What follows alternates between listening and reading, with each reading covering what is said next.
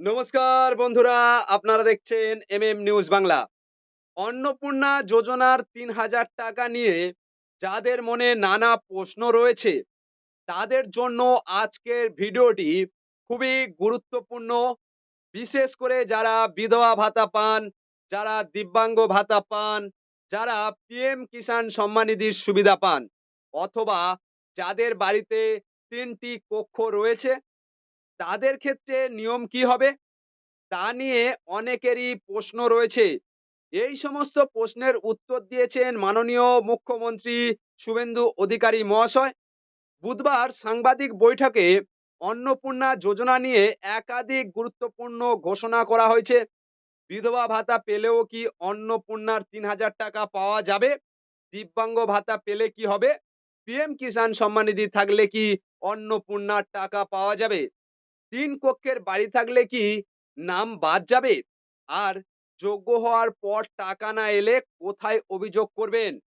আজকের ভিডিওতে এই প্রতিটি বিষয় একেবারে সহজ ভাষায় পরিষ্কার করে জানাবো। প্রথমেই আসি সবচেয়ে গুরুত্বপূর্ণ প্রশ্নে। বিধবা ভাতা পেলে কি অন্নপূর্ণা যোজনার ৩,০০০ টাকা পাওয়া যাবে? মুখ্যমন্ত্রী জানিয়েছেন ২৫ থেকে ৬০ বছরের মধ্যে যারা ৩,০০০ টাকার কম পেনশন বা ভাতা পান তাদের অন্নপূর্ণা যোজনা ৩,০০০ টাকা দেওয়ার কথা রয়েছে। আর এর উদাহরণ হিসেবে বিধবা ভাতার কথাও তিনি বলেছেন। মুখ্যমন্ত্রী জানিয়েছেন বিধবা ভাতা বর্তমানে ১৫০০ টাকা হয়েছে। গত মাস পর্যন্ত এই ভাতা ছিল ১,০০০ টাকা, অর্থাৎ এই ভাতার পরিমাণ ৩,০০০ টাকার কম। তাই এই ধরনের মহিলাদের ক্ষেত্রে অন্নপূর্ণা যোজনার ৩,০০০ টাকা দেওয়ার কথা জানানো হয়েছে। অর্থাৎ বিধবা ভাতা পান বলে অন্নপূর্ণা যোজনার টাকা থেকে বাদ এমন কথা বলা হয়নি, বরং যারা ৩,০০০ টাকার কম ভাতা পান তাদের বিষয়টি স্পষ্ট করে বলা হয়েছে।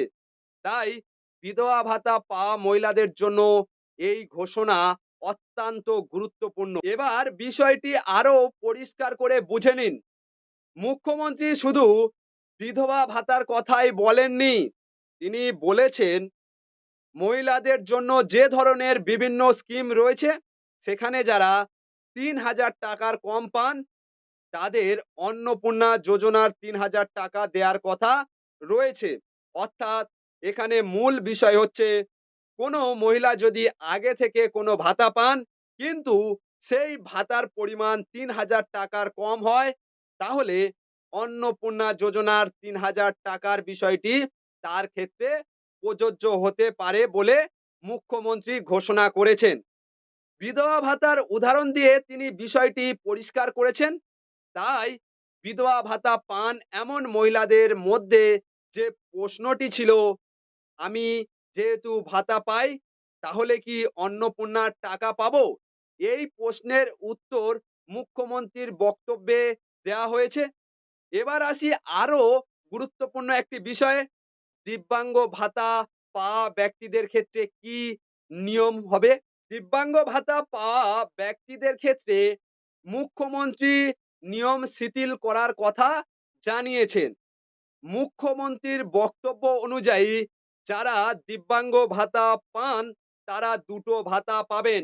অর্থাৎ আগস্ট মাস থেকে যে ১৫০০ টাকা দিব্যাঙ্গ ভাতা হবে সেই ১৫০০ টাকার পাশাপাশি অন্নপূর্ণা যোজনার ৩,০০০ টাকাও পাওয়ার কথা বলা হয়েছে।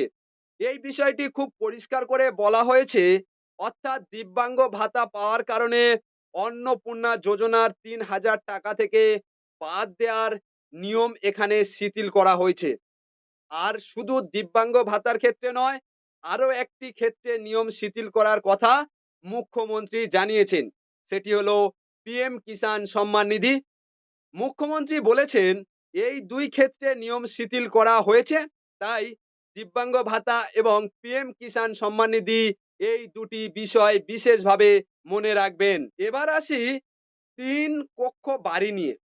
অনেক মহিলার মনে প্রশ্ন রয়েছে, বাড়িতে যদি ৩টি ঘর থাকে তাহলে কি অন্নপূর্ণা যোজনার টাকা পাওয়া যাবে না? এই বিষয়েও মুখ্যমন্ত্রী গুরুত্বপূর্ণ কথা বলেছেন। তিনি জানিয়েছেন 3 কক্ষ বিশিষ্ট বাড়ির কারণে আগে অনেক মহিলার নাম বাদ পড়ে গিয়েছিল। কিন্তু গ্রামীণ এলাকার ক্ষেত্রে ৩ কক্ষের বাড়ির বিষয়টি শিথিল করা হয়েছে। অর্থাৎ গ্রামের এলাকার কারো বাড়িতে ৩ টি কক্ষ রয়েছে, এই বিষয়টি আগের মতো বাঁধা হিসেবে রাখার নিয়ম শিথিল করা হয়েছে বলে মুখ্যমন্ত্রী জানিয়েছেন। তাই ৩ টি ঘর রয়েছে বলে গ্রামের কোনো মহিলা অন্নপূর্ণা যোজনার সুবিধা থেকে বাদ পড়বেন এমন কথা বলা হয়নি। বরং এই ৩ টি কক্ষের বিষয়টি গ্রামীণ এলাকার জন্য শিথিল করা হয়েছে। যাদের নাম আগে ৩ কক্ষের বাড়ির কারণে বাদ পড়েছিল, তাদের জন্য এই ঘোষণাটি খুবই গুরুত্বপূর্ণ। এবার আসি, অন্নপূর্ণা যোজনার টাকা কবে দেয়া হবে? সেই প্রশ্নে মুখ্যমন্ত্রী জানিয়েছেন ১৭ তারিখ থেকে অর্থ প্রদান করা হবে। অর্থাৎ ১৭ তারিখ থেকে টাকা ট্রান্সফার করার কথা বলা হয়েছে। কিন্তু এখানে আরো একটি গুরুত্বপূর্ণ বিষয় রয়েছে। ধরুন আপনি অন্নপূর্ণা যোজনার জন্য যোগ্য, কিন্তু তারপরেও আপনার অ্যাকাউন্টে টাকা ঢুকলো না। আবার এমনও হতে পারে কোনো একটি মাসে অন্যদের টাকা ঢুকেছে কিন্তু আপনার টাকা ঢোকেনি। তাহলে কি করবেন? এই প্রশ্নের উত্তরও মুখ্যমন্ত্রী দিয়েছেন। তিনি জানিয়েছেন টাকা দেওয়ার পর একটি অভিযোগ পোর্টাল রাখা হবে। সেখানে যোগ্য হয়ে যারা টাকা পাননি তারা অভিযোগ করতে পারবেন। অর্থাৎ টাকা না এলে অভিযোগ জানানোর সুযোগ থাকবে। আর এই অভিযোগের নিষ্পত্তির জন্য জেলার ভিডিওদের দায়িত্ব দেওয়া হবে। তারা শুনানি নিয়ে নির্দিষ্ট সময়ের মধ্যে অভিযোগের নিষ্পত্তি করবেন বলে জানানো হয়েছে। এবার জেনে নিন অভিযোগ পোর্টাল কবে চালু হবে। মুখ্যমন্ত্রীর বক্তব্য অনুযায়ী ১৭ তারিখে টাকা ট্রান্সফার হয়ে যাওয়ার পর ২১ ও ২২ তারিখে অভিযোগ পোর্টাল চালু হয়ে যাবে।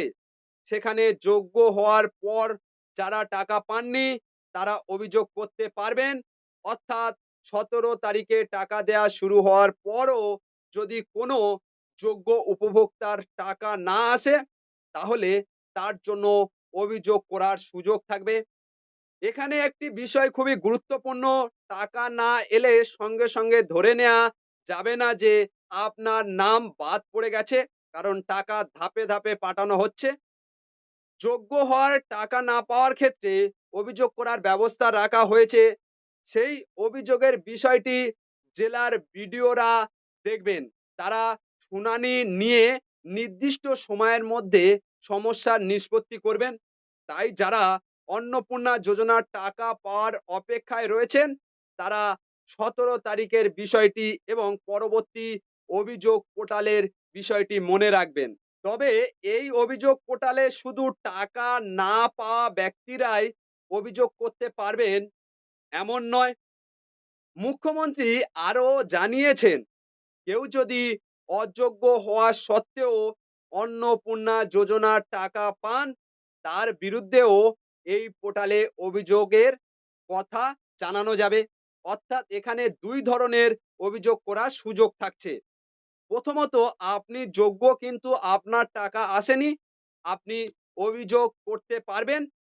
দ্বিতীয়ত, কোনো ব্যক্তি অযোগ্য অথচ টাকা পাচ্ছেন বলে মনে হলে তার বিরুদ্ধেও যে কেউ অভিযোগ করতে পারবেন।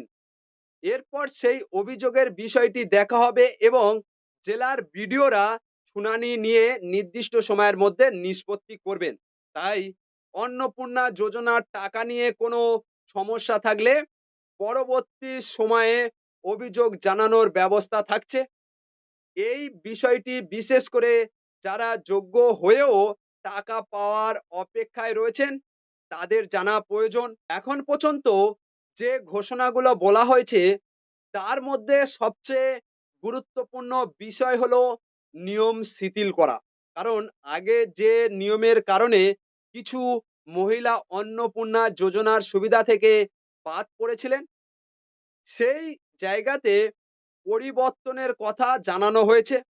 বিধবা ভাতা নিয়ে বলা হয়েছে ৩,০০০ টাকার কম ভাতা পাওয়া মহিলাদের বিষয়টি বিবেচনা করা হবে। আবার দিব্যাঙ্গ ভাতা পাওয়া ব্যক্তিদের ক্ষেত্রে সরাসরি দুটো সুবিধা পাওয়ার কথা বলা হয়েছে। পিএম কিষাণ সম্মান নিধির ক্ষেত্রেও নিয়ম শিথিল করা হয়েছে। আর গ্রামীণ এলাকায় ৩ কক্ষের বাড়ির বিষয়টিও শিথিল করা হয়েছে। তাই অন্নপূর্ণা যোজনার ক্ষেত্রে শুধু একটি নিয়ম নয়, কয়েকটি আলাদা বিষয় নিয়ে এই ঘোষণা করা হয়েছে। বিশেষ করে যারা আগে কোনো একটি নিয়মের কারণে সমস্যায় পড়েছিলেন, তাদের জন্য এই ঘোষণাগুলো জানা খুবই গুরুত্বপূর্ণ। এবার একেবারে শেষ কথা বলি। ১৭ তারিখ থেকে টাকা দেয়ার কথা বলা হয়েছে। তাই টাকা পাওয়ার বিষয়টি নিয়ে এখন মূলত ওই তারিখটার দিকে নজর রাখতে হবে। আর যদি টাকা দেয়ার পরেও কোনো যোগ্য ব্যক্তি টাকা না পেয়ে থাকেন, তাহলে চিন্তা না করে পরবর্তী ব্যবস্থাটি মনে রাখতে হবে। মুখ্যমন্ত্রী জানিয়েছেন ২১ ও ২২ তারিখে অভিযোগ পোর্টাল চালু হবে। সেখানে যোগ্য হলেও টাকা না পাওয়ার বিষয়ে অভিযোগ করা যাবে। পাশাপাশি অযোগ্য ব্যক্তি টাকা পাচ্ছেন বলেও অভিযোগ করা যাবে। এরপর জেলার বিডিওরা সেই অভিযোগ নিয়ে শুনানি করবেন এবং নির্দিষ্ট সময়ের মধ্যে নিষ্পত্তি করবেন। অর্থাৎ টাকা না এলে অভিযোগ জানানোর রাস্তা রাখা হয়েছে। এই ছিল অন্নপূর্ণা যোজনার ৩,০০০ টাকা নিয়ে মুখ্যমন্ত্রীর দেয়া গুরুত্বপূর্ণ ঘোষণা। আজকের তথ্যটি প্রয়োজনীয় মনে হলে অবশ্যই অন্যদের জানিয়ে দিন। আর এমন সরকারি খবরের সহজ ও পরিষ্কার আপডেট পেতে এমএম নিউজ বাংলা চ্যানেলটি সাবস্ক্রাইব করে পাশে থাকুন। আর যারা ফেসবুক থেকে দেখছেন, ফেসবুক পেজটি অবশ্যই ফলো করুন। ধন্যবাদ।